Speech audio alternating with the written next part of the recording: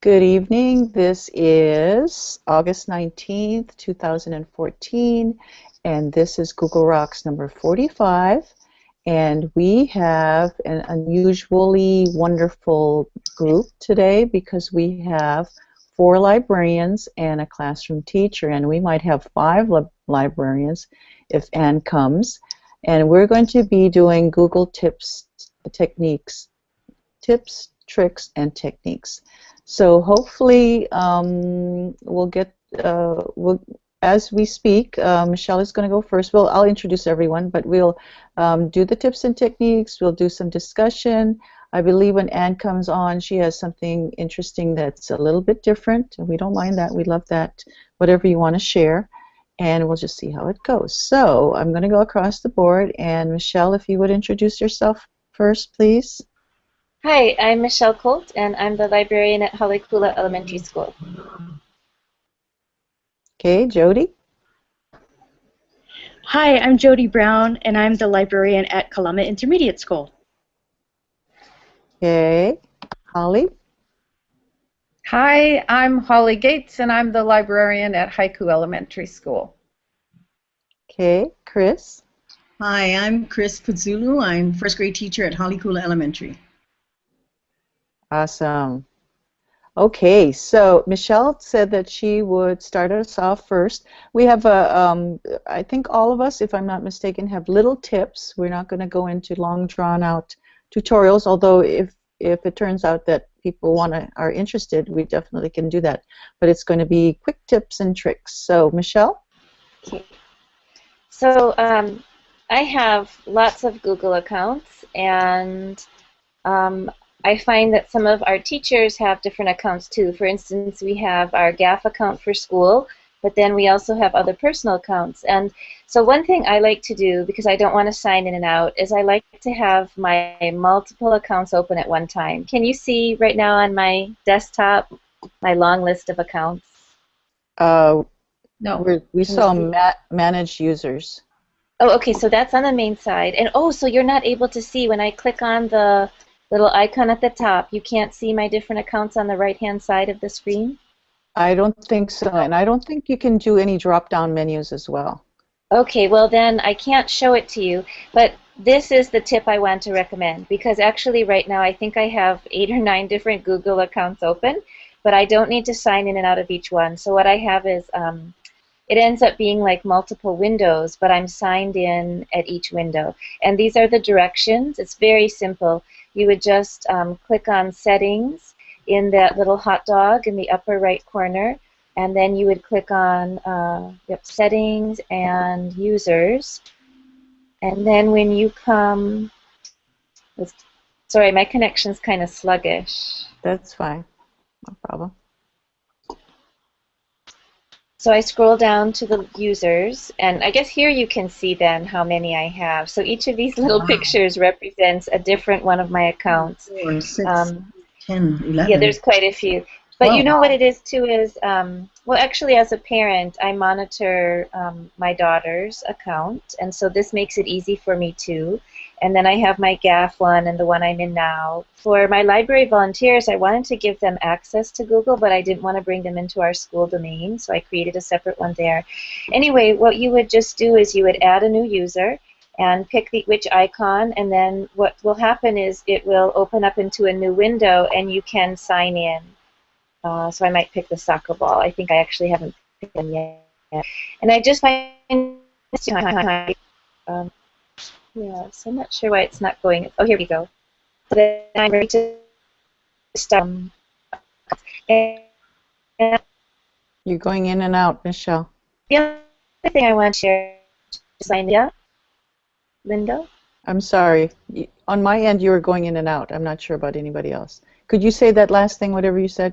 Were you done? Or what was you? I just want to show you something really quick. So the other last quick thing, and I did put it in the show notes, is that Molly Schroeder just posted a really great blog about getting back to school with Chromebooks, with lots of good tips inside here.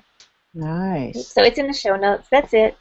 That's cool. I'm going to add that to my list. That's what I'm going to be sharing today about the different tutorials that are available. There was a question I wanted to ask, and I forgot what it was. Oh, it looks like you're really taking advantage of the different accounts, Michelle. Did Yes. you hear that they're considering giving Google Plus account or Google accounts, the Google or Google Plus accounts to kids under 13? Must be Google You know, Plus. I was wondering about that because I thought that they can't for like SEPA rules. You know Mm-hmm. how kids under the age of 13 can't have Facebook or Instagram or things. But then what somebody was telling me is that it's not access to Google Plus, but it's access to Hangouts without having a Google Plus account. Oh, I think Mike actually clarified that for me. okay. But I But might be wrong because, you know, I thought I had heard within our domain the kids could have access to a Google Plus account. So it's something we're still exploring. okay.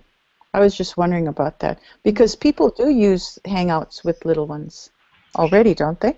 We do, but you know, the way we always do it, or at least at our school, the teacher logs in and then the kids might come around the screen. I think it's just that they cannot, we cannot in our Google Apps domain bring them into Google Plus, so they can't start their own Hangouts. Ah. But we as a teacher can, in a controlled education setting, have them involved in Hangouts. And did you say, I know we talked a little bit about it, did you say that you had the parents sign off? Did you end up doing that or no? We revised our acceptable use policy, and in it we let the parents know that part of 21st century learning means sharing their students sharing their work online. We kind of use the analogy that you know, we've gone beyond just hanging work on the refrigerator, and now we share it virtually on blogs, websites, and also via video. And then we didn't specifically mention Google Hangouts, but we feel that what we did say covers it. Mm-hmm. And you had them actually sign? The parents and the students sign, yes. Nice. It sounds like a reasonable, common sense way of dealing with it. I hope so.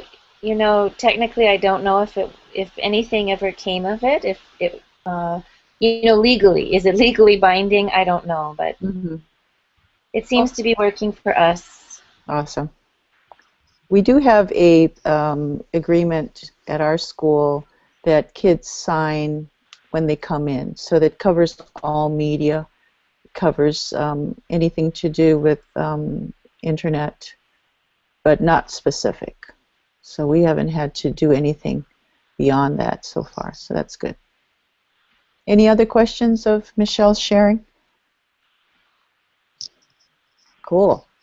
Okay, Jody, you're on. Hi, everyone. Can you hear me okay? Yes, perfect. Okay, great.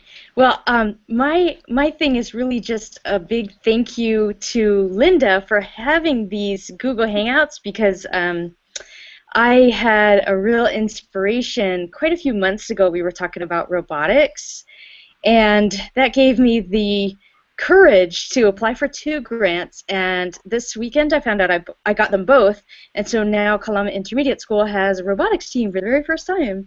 So I got the grants, and I'm going to be the robotics coach. So Congratulations. Fantastic. thank you. So I still don't know what I'm doing, but a lot of people had offered to help me a little, and Linda, of course, you probably figured it out because I emailed yesterday saying, who's your robotics coach? So I blew the prize there, but so I'm really excited, and we'll start as soon as we can. Oh, thank you, Michelle. Thank you. Thank you. Sorry, that's deaf language for clapping.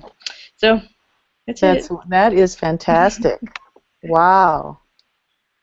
Well, we had a robotics show, and we were talking about how much money is involved with that, and it's never, you know, they can't just say, oh, we'll do it, because with each level it costs more money, and they're always fundraising. Yeah, so it's unfortunate that you have to have money, but since you have a couple of grants, wow. Yeah, they total to $5,000. And what I'm going to do is I'm going to survey everyone on Maui and say, what format are you using? What's going to get us the most possible competitions and experience? So does anybody here use either Vex or Mindstorm? Anybody? No? No. Okay. I don't, but I know that at our school they do. Which They one? use that. Actually, I think they had used both, but this year they thought the VEX competition seemed a little too hard for elementary students, so they decided to kind of hold off on it. But there's a good group on Maui. Linda, wasn't it Maui Yes. where you had invited people? EO Intermediate. There's Right, actually, right. Oh yes, I'm going to Steve. send you the link to the show that we had because our Roberta from Seabury was wanting to ask questions. So we did have a show that had a great discussion. She was in. Yeah, I'll send you that link and then you can Thank see. you. And I believe they referred her to a fellow. Sorry, I forgot the name. I want to say Wally, Steve. but no, I'm on Oh. Oahu. Did Wally? I don't know what his name. I don't want to butcher the information, but they gave his name to Roberta, and she got a lot of information, and he helps her a lot. You know, I don't think she's decided what she wants. We're going to finish with FLL this year, and then do something else next year. She doesn't know what yet, but he's a great first Lego League. Oh. Yeah. Great. I will pick her brain. Thank you so much. Yes. There's lots going on in that venue for sure. Okay. Thank you. That's all. All righty. So I'm going to share a little tip. If I can screen share. Where's my cursor? Come on, cursor. Okay, screen share. And, oops. All right, I'm on my blog, and I don't want to be on my blog on this current post. I want to be on, can everyone see this right here? 12 great Google Classroom tutorials, and this actually is along the same lines as Michelle shared. She shared Molly Schroeder's great article, and I think I might just add it to my article of tutorials on Google Classroom. And Google Classroom rolled out a couple days ago, supposedly for everyone, Holly. So I think if you go to your to Google Classroom, you can actually create a classroom. I think it's rolled out for everyone who has a Google Apps domain. Yeah, so there are 12 different places that I picked of people who had started to work with Google Classroom. It's actually not that difficult to do, but it's really cool to listen or see what other people have done.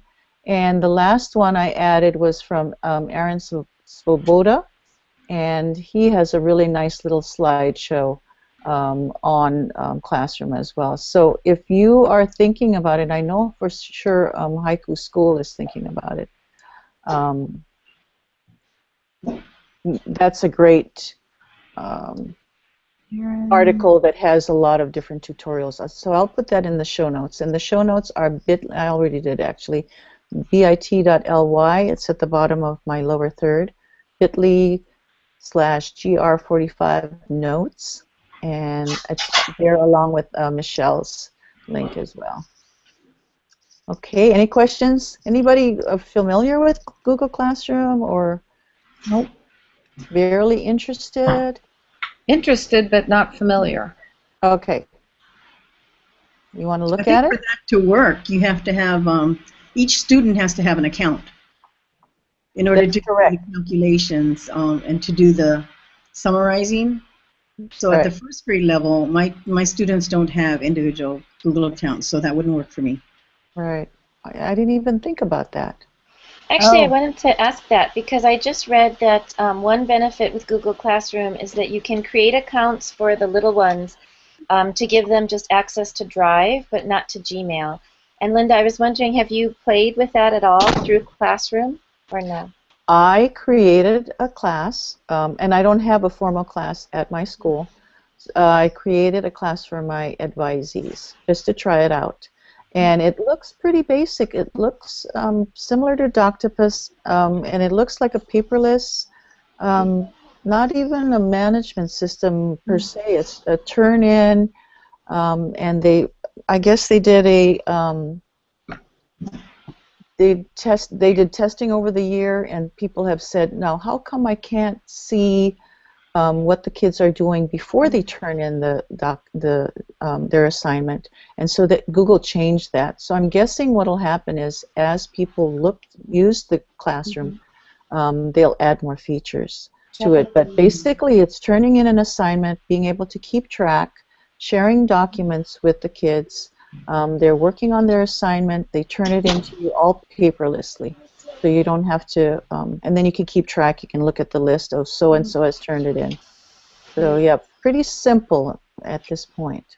Yeah. Did you get any other feature on there, Michelle, that I missed? It looks pretty simple. Isn't it like a spreadsheet? Isn't it like a spreadsheet where you can calculate grades and numbers? Yes, Can it you crunch? can calculate grades. Yes, it's basically turn in, being able to grade, giving back grades, that sort of thing. Yes, it is. But it's not, for instance, and you can comment as well, I believe, but it's not like Edmodo. Because I hear a lot of people say, this is nothing like Edmodo, which is a whole social network. Lots of things happen. They have book clubs or whatever they might be. This is very straightforward. But one of our teachers, who's always in first adapter, Mocha Brown, she was on the show talking about paperless, and she last year, I don't know if you remember, but that was actually one of our more popular shows. I guess a lot of people are interested in that.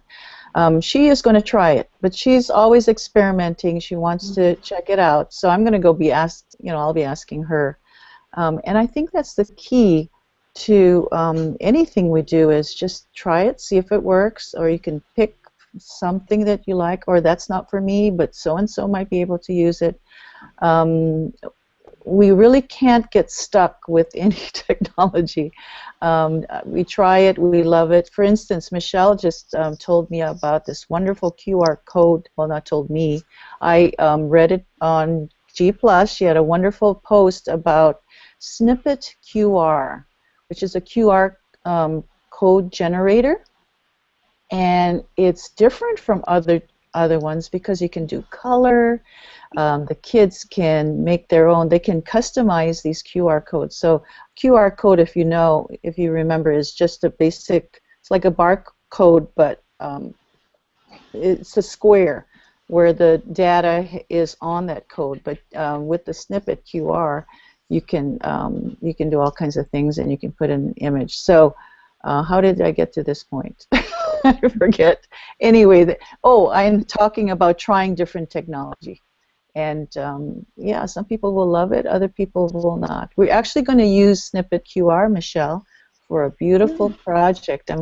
It's a super secret. I don't want to tell on my teacher who's put it together yet. But after it's a team effort.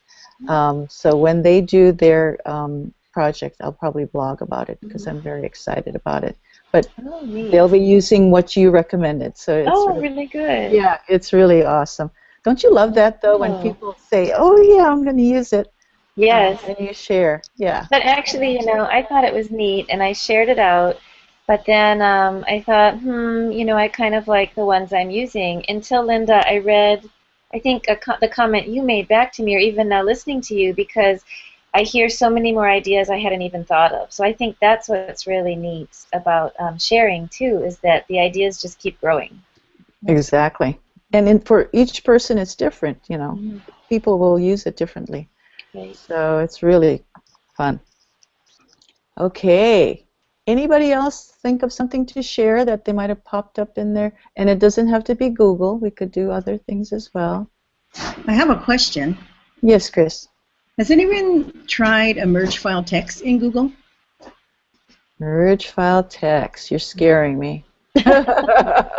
Anything to do with merge, I'm like, oh. Yeah, I've never tried it, but has anybody ever tried that? What did you want to do with it? I mean, you create a spreadsheet with all your information, and then you create a document like a formatted letter, and then when you put the two together, all the information from your spreadsheet individually puts the information, and you can address maybe 60 letters at one time with everybody's addresses that are different to different people. Yeah. That kind of Is stuff. that something like MailChimp? Is it MailChimp? Isn't that what that does, MailChimp? Is that the name for it? Is that a Google thing? No, it's not a Google thing. Oh, okay. As far as I'm concerned, or no, I don't know if there's a Google merge Well, thing. I could be I wrong. can go explore. Okay. Actually, I started off in technology back in the days, 20, 30 years ago, at Pearl Harbor. And the first machine that I was working with was an IBM. So I was just wondering. Yeah. I'll do some research on that. I don't know. But as far as I know, the Google products, it doesn't stand out for me. People do other things like SurveyMonkey is one kind. No, that's a survey. I know our school uses Constant Contact, but you pay for that. Oh, to send out multiple letters? Right. It's merging. You have your database of people, Right. and then you can send it to various subgroups. Okay. And have form letters, but that's a paid thing. I'll have to look at that. Maybe I'll have an answer for you on that. Okay. Anybody else? Any questions? Is it going to be a short one today? Not. Could be. Holly, you have a question? I know you do. I want to. Can I talk about what we're doing, Holly? Yes, please. Okay. Holly and Barbara Potts at Haiku School are getting their teachers on board with Google Apps. And they're starting out with a Google Calendar, which is, I think, a great way to put everyone in one spot because everyone wants to know what's happening. So it's very right there. It's not extra. They need to know what's happening on a particular day. So I helped them set up their calendar, and then on the 27th of August, Holly and Barbara invited me to come and talk to them about Google Apps in general, introducing the faculty to Google Apps. So that should be fun. It should be. It's going to be very basic because I would say 99% of them don't know anything about it. Yeah. So I think that's generally true of a lot of places. Yeah, basic. So good. Yeah. So it'll be an hour, and it should be fun. We'll see how it'll be like a Q&A kind of thing. Brief overview of each little product, and then questions and answers. So it's really cool to see Haiku School getting on board and really wanting to set that up. I'm excited about it. Yeah, and you're actually a big part of the push for that, so that's really cool. Yeah, from coming to the Hangouts and learning about it, that's how I got the whole idea. And then what Barbara had gone to, she's our tech coordinator, and she'd gone to a tech coordinator workshop on Google Plus, and she said a lot of the tech people weren't on board with it. But then when I talked to her about it, then she got on board, and so now we're going to bring the teachers in, and I think it will be very advantageous to the school. So I'm pretty excited about it. But my questions, I don't really have questions because it's so basic. So probably after you come, then I'll have plenty of questions. Okay, that'll be good. That'll be great. Yeah. Awesome. I wonder where Ann is. Ann, are you out there? I know you're one of our viewers, Ann. Come on in. We have 4 viewers right now. Hopefully Ann's one of them. Thank you for joining us. Okay, anything else? Okay, anything else? I always ask a question, then I stop really quick. Anything else? Okay, how about... Actually, Linda, Ann posted in the Q&A, and she said she's going to watch on YouTube. But she also said that VexIQ, she wanted Jody to know that VexIQ and Vex are actually 2 different robotic groups. Actually, I don't know if I'm understanding her correctly, but maybe Jody, connect with Anne because I think she knows a lot about robotics. I will, thank you. That's, yeah, Vex IQ, Vex, Mindstorm. Oh my gosh, there's so many. But I will. Thank you so much. That was really helpful. Okay, thanks for pointing out the Q&A, Michelle. I just didn't pay attention. So there's a lot going on over here. Elizabeth, I'm hoping she's on. She said she's not getting the live feed. Where's the Q&A? Um, On the left. yeah, I don't know if it's on the left. It's on the right for me. Aha, okay, very good. Thanks for checking in on that, Michelle. That's really great. Okay, any other questions about Google? I wanted to mention that on the event, JR Genex Orinian was supposed to, Genex Orinian was supposed to come on. He's a fellow GTA Google Teacher Academy buddy, and he is feeling under the weather. He has a really bad cold, took a night will, but we'll have him on another time. So yeah, JR, we miss you. You would have been our star, but that's okay. We'll forgive you. I got people coming on. Okay, we're good. Alrighty. Any other googly things? Okay, let's go with sharing. Anybody want to share something interesting about your school, about something you might have read, something in the paper? I know Anne actually was going to bring up something about our kids being in Hawaii being hesitant to share. How do we deal with that? That's interesting. Actually, you know what? Now I see in the Q&A she says to send her the link. I guess she couldn't find the invite. Are you able to invite her one more time? Okay. Sorry, Anne. Here we go. And actually, while you're doing that, Linda, I just want to say, I used to feel that way even at librarians' conferences, that sometimes we were hesitant to share. But even within our faculty, we're sometimes hesitant to get up in front of the whole group. So I wasn't sure, is that not just a thing with kids? Is that actually, does it span generations in Hawaii? Yeah. And is it just Hawaii? Because I was just reading something from Julie Greller, who's she does the Media Specialist Guide to the Internet. Mm-hmm. And she was saying that she was at a librarians conference, and they had kind of like a smackdown like they do at other conferences. Oh, that's right. I read that one too. Yeah. Yes. And nobody stood up to share. Yes. And in that case, it was a kind of intimidation because the other librarians, thought she was, oh, okay, hoity-toity, there she goes again. Kind of a jealousy kind of thing. Mm-hmm. So I'm guessing that does, that kind of culture is hard to overcome. But yeah, I think you're right, Michelle. I'm not sure if it's only a kid thing. I think it's universal. Yeah. I think it's just, I don't think that's a Hawaii thing or a kid thing. I think it's a people thing. It takes confidence. It takes... you have to have the wherewithal, and it's like public speaking.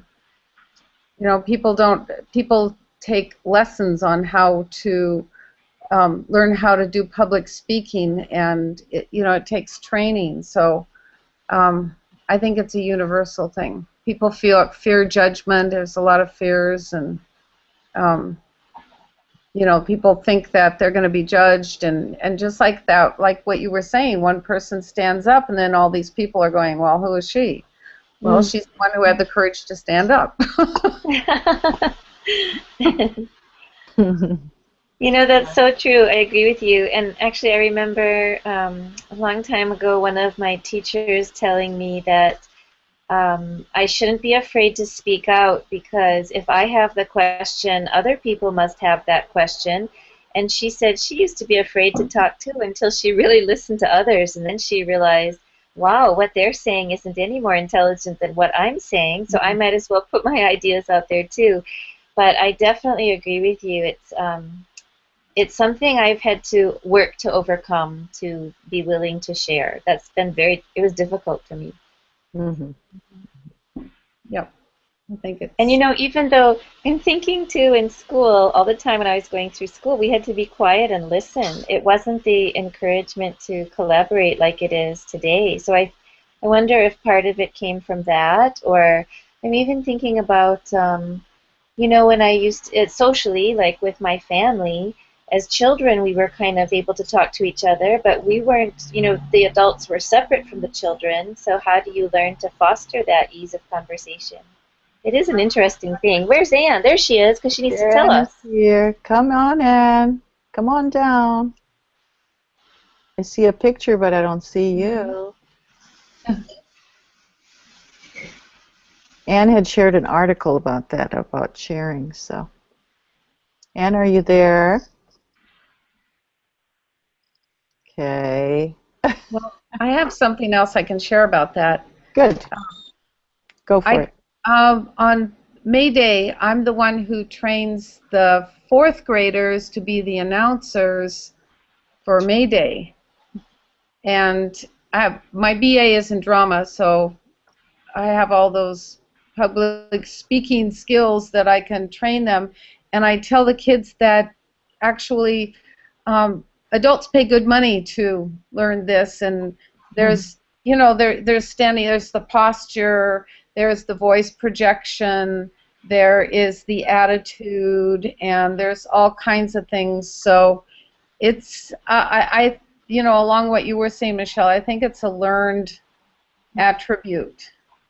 It's something that has to be fostered, and people learn how to do it, and you have to do it. I think if it happens a little bit at a time, then they realize that the earth doesn't swallow them, and they're still alive, and so they can say a little bit more. Yes. And lo and behold, look, they're still alive, and somebody actually listened to them, so it's okay. And I think it's like something that grows a little bit at a time, but I also think it's something that needs to be started as a child, because by the time you're an adult, you realize that it's okay to speak out. Mm-hmm. And I definitely don't think it's just a Hawaii thing, because I know it was prevalent all over the mainland too. Yeah. Well, I remember my very first speech class, which I didn't have until I was in college, and I was mortified. I was frightened. Yeah. I physically sweated. I could not speak in front of other people. It scared me. Yeah, isn't it one of the biggest fears for public speaking? Isn't that one of the gigantic fears of life? Yeah. Something like that, number 2 or 3 kind of thing. Yeah.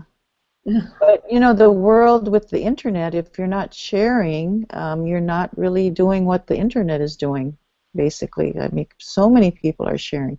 So, yeah, we need to get those kids participating.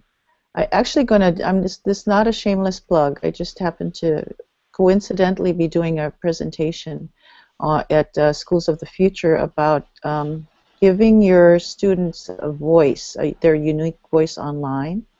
And so what is involved with that is making them feel safe, for one, but also giving them practice, just like you said, Holly. It's not something that comes naturally. And so how do you present yourself on the internet with a blog that you can, with pictures that illustrate what you're saying? How do you present yourself? Because gone are the days where we say you can't do the internet, it's unsafe. The days are here where our kids need to be able to say, this is who I am.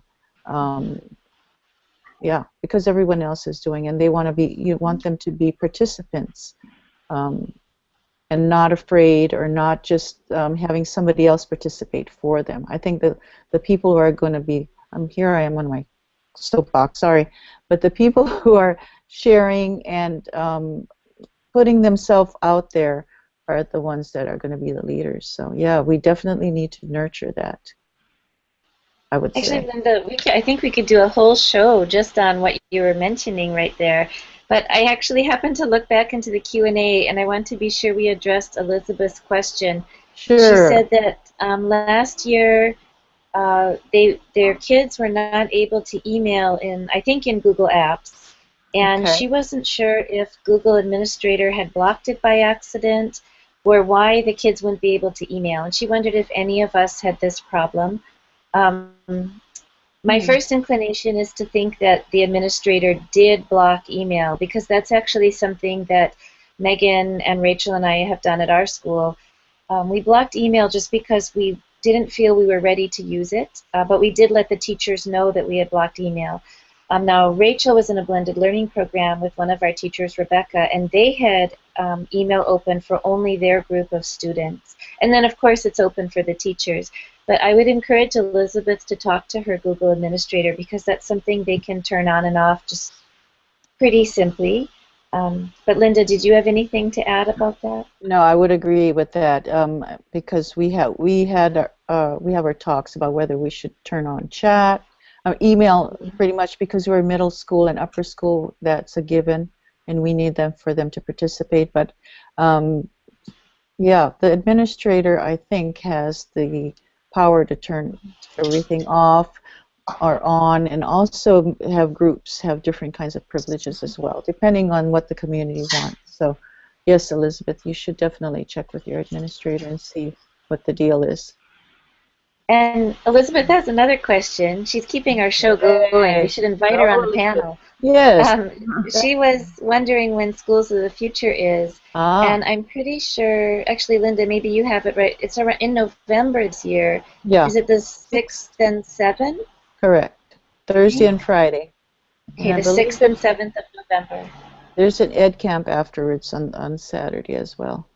Yeah, 6th and 7th, and if you go to, I think it's Schools of the Future, SOTFconference.org, you'll find information about that, Elizabeth.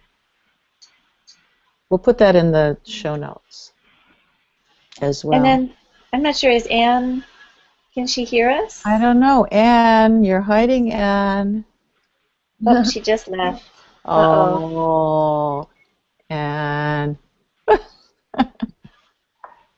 We'll see. We'll get her on.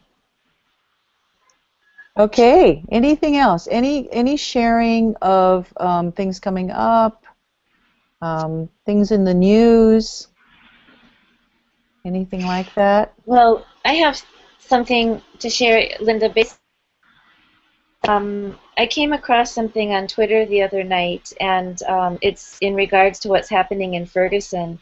And actually, some educators were looking at a hashtag that had come across, and basically folks were posting, if the hashtag was, I think, if they gunned me down, which is a horrible thing to think about, but the idea being, if I was gunned down by the police, which photo would the media portray? And then it showed, a photo of a college graduate, and then it had a photo of that same college graduate, but hanging with his friends and maybe wearing a hoodie and, making signs and things. Which one would the media choose to publish? And the point being that the media chooses to publish the one with the more negative connotation. And so I was thinking about that just now when you were talking, and as I'm talking with my students about their digital footprints. And I think that not only do we need to think about the images we post in our social media, but we need to be critical viewers also, and to really ask the question, are we seeing the actual photo or the whole photo, or is this a doctored photo? And those are some conversations, that might be happening in different classrooms or even in libraries as we're looking at what we think to be primary sources, and are they accurate, and going through information. So I just want to toss that one out. And I can't think, Jennifer Roberts in California, she actually was talking with somebody else and saying this would be a good activity for all students to post pictures of themselves, 2 pictures of themselves, and then to talk later about why they posted what they posted. Because I'm not sure students always realize how the images they select give they say something about us, and do they realize what those messages are portraying, or how do they want to be seen? And it just opens a lot of conversations. It does, yeah. I think that, and that's important, conversations. In fact, I was having one the other day. Actually gave a little talk to our faculty at the beginning of school on Thursday about digital citizenship and the importance of having conversations in classroom. You know, we're our school. There's really not a place. We do have an advisory group system, but there's not a place where people can actually. It's not compartmentalized where we talk about digital citizenship. So I basically said to them, I'm hoping that you are, when the opportunity comes up, you're having the conversation, take that opportunity to do a little lesson. And someone brought up the fact that taking photos for this generation is like nothing, you know. They don't even think about it. They don't really care if it's going to be if it's on the internet. Everything's on the internet. They know. It doesn't seem to matter about it. And so I think the person was saying, well, maybe things should change. You know, maybe we should adjust to that. And I said, well, there are some timeless things, you know, that. We still care about people. We still want to trust them. We still want to be loyal to them. We still want to have a community. So those things keep us solid, and we should take that opportunity to remind kids or have them practice what it feels like to be part of a community. So yeah, the world is changing, but I think really those basics about being kind to each other sounds kind of corny, but it's true. That always. No, it's so true. Yeah. You know, our principal found something that I think another principal was using as the rules for school or for digital citizenship, but we were saying that kind of spreads into communities like you're saying or school, and it was just 3 simple rules to be safe, responsible, and respectful. We were talking about that today, some teachers and I, how that really does cover almost everything. I think, too, though, that kids, like you just said, they post anything, and they don't realize how, even though it's fleeting for them, that it can still be viewed by colleges when they apply for jobs, or by, you know, I'm sorry, with colleges when they apply for college, or future businesses, you know, if they apply for jobs. So that's something we try to impress upon them. Okay, so Anne said that in the Q&A, she says a push is pushing using secondary sources of multiple viewpoints and not primary sources. Oh, APUSH, Oh, so AP U.S. History. Oh, AP US History, thank you. Ah. AP US History. That's so interesting. So the shift from primary to multiple viewpoints. But my Secondary. question, secondary sources of Well, wait a minute. I'm sorry, I have a question. I hope Anne's still listening. Why wouldn't it be primary sources but multiple views? You know what I mean, Linda? Yes, absolutely. That's a bad thing if that's what's going on with APUSH, because don't they do DBQs, document-based questions, based on primary documents? That doesn't. I'll have to talk to our APUSH teacher. That's a bad thing. Huh. I'm kind of surprised. I am too. We'll have to pursue that. Right. And then Elizabeth said that she thinks we should have a future Google Rocks on digital citizenship. Who teaches it, and do we have a curriculum? That is a great suggestion. Yes. Elizabeth, is Elizabeth at Kamehameha? Are you at Kamehameha? No, she's at, I think Elizabeth's at Aiea Elementary School. Okay, because I know Kamehameha has a great digital citizenship curriculum. Big time. So maybe we can get somebody to come on to talk to us about that. They have integrated it really well. I can't even remember who I listened to. I'm sorry, but they have it really nicely done. Okay, you got it, Elizabeth. You want to come on, Elizabeth, when we do? Going to keep you in mind. Okay, definitely we'll do the digital citizenship. Maybe we have a couple coming up that we think will happen. Because of we're still reeling from Isel because we're supposed to have a global collaboration show, and one of our people that was supposed to be on is on the Big Island, and she has electricity, but not internet, as far as I know. But she and two other teachers will be on next week. We hope if she still has internet, and if she has internet, and then Amy Berval is supposed to come on the next week after that, and then so we're thinking maybe digital citizenship could be the next week. So that's how it works, folks. You want to hear about something, and I'm definitely interested in it.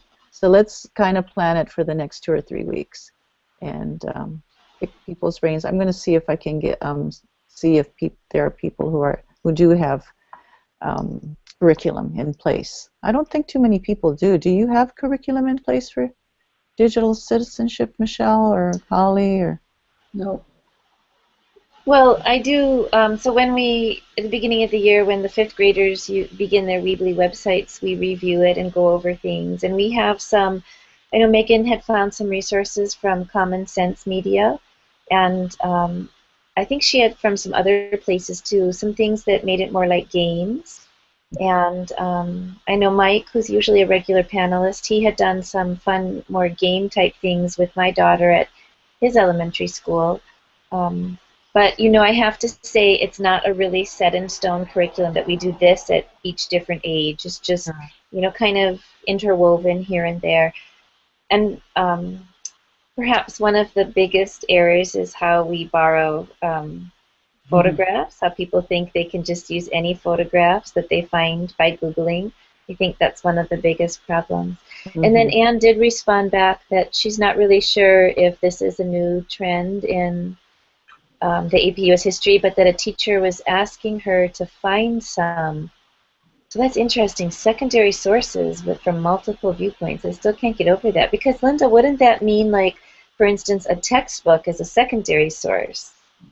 It doesn't really make sense to me. Yeah. Huh. Interesting. Well, definitely we'll have a show on that to talk about it. Actually, in that talk that I gave to the faculty, I told them if there was one source that I could recommend to you, it would be that Common Sense Media. Okay. So that's kind of coincidental that you brought it up. Yeah.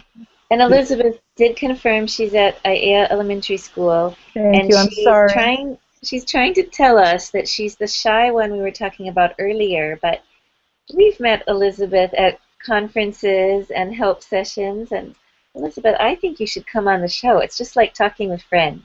It is. Yeah. Okay, I'm going to work on that, Elizabeth. I'm booking you, Elizabeth, for the digital citizenship show. Okay, and I'm trying to get Holly to come in on regularly, so hopefully we'll have Holly. Really good. Yeah. I'm here. Okay. Awesome. Very good. Great show so far. Okay, anything else we want to share? Free for all, educationally speaking, that is. Anybody? I have a question I thought of. Okay. Go for it. Security on Google Plus. I've been told, and I know people who are savvy to the ways of the computer, and they know how to get in the back door to Google Plus, and so they said to be wary of things that you put on Google Plus because hackers can get into it. So is that an issue that needs to be addressed, or? You want to address that, Michelle? I don't know. I haven't ever actually heard that, I guess, other than, just how anything is susceptible to hacking, but I hadn't heard that Google Plus especially was. Well, they did it to demonstrate it. They did it to my account, and they said, oh, you've got this, that, and the other thing on it. And I was like, oh, thanks.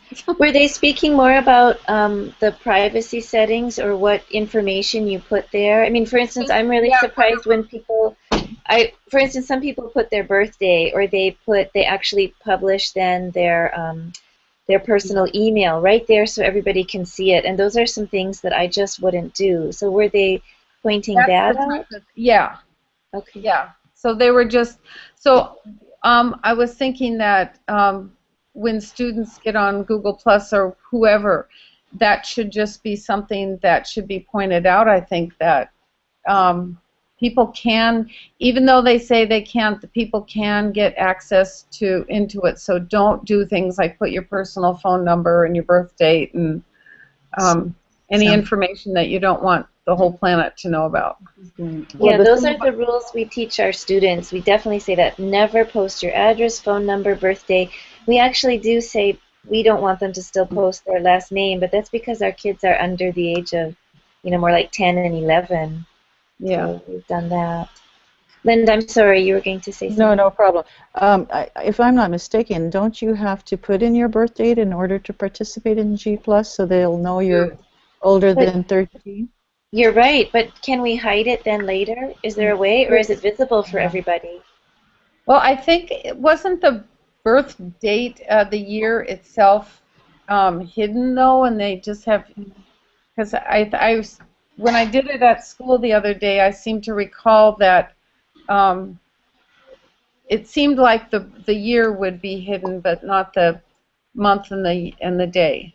Right. You can choose to do that. I'd be curious to know what the circumstances of what you say, because like Michelle, I hadn't heard of anything special about G+, and definitely throughout the entire internet, you just assume everything's public, no matter what. I just think it's something, that no matter what you type is public.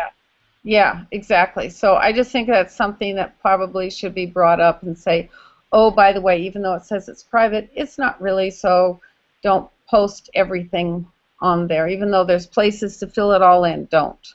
Right. Only minimum, definitely. Yeah. It's a good policy. Yeah.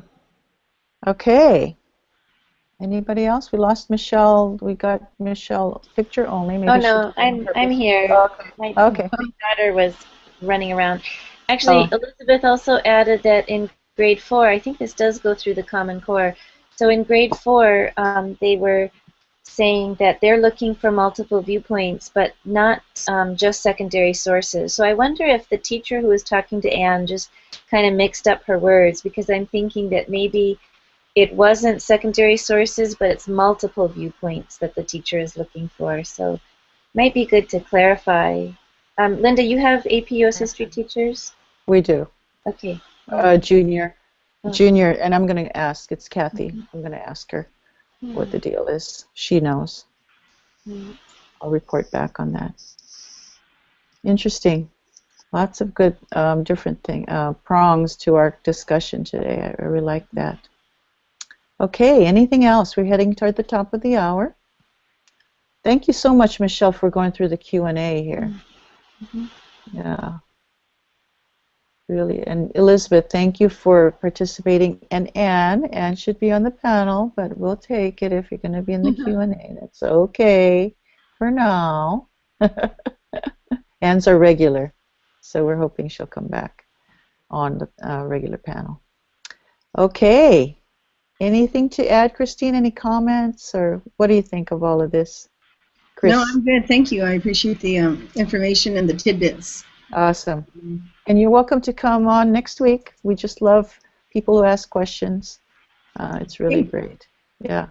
And everything in order, and we will have, as I said, the global collaboration next week.